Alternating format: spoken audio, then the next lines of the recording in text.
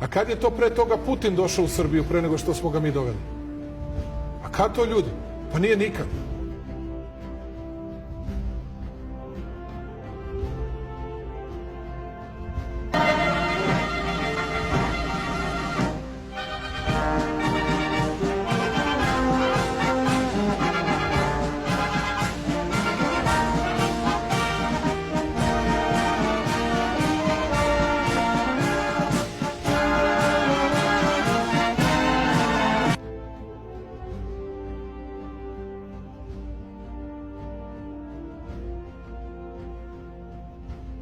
Ali ja imam kontra pitanje za vas.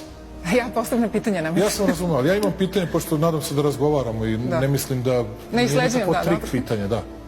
Dakle, samo da vas pitam, a ko je to od prethodnika iz prethodnih vlasti ikada video Xi Jinpinga?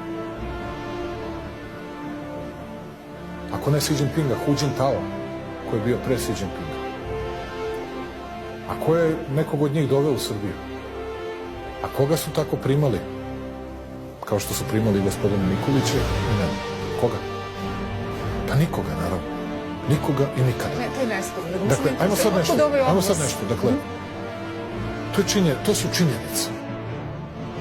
Predsednik Srbije Boris Tadić dočekan je u kineskom parlamentu uz najviše državne i vojne počasti, nakon čega je sa kineskim kolegom Hu Jintaom razgovarao iza zatvorenih vrata. U zajedničkoj izjavi kojom je ozvaničeno strateško partnerstvo između dve tradicionalno prijateljske države, naglašeno je da različito istorijsko nasleđe, društveni sistemi, ideologije i modeli razvoja nisu prepreka za napredak srpsko-kineskih odnosa.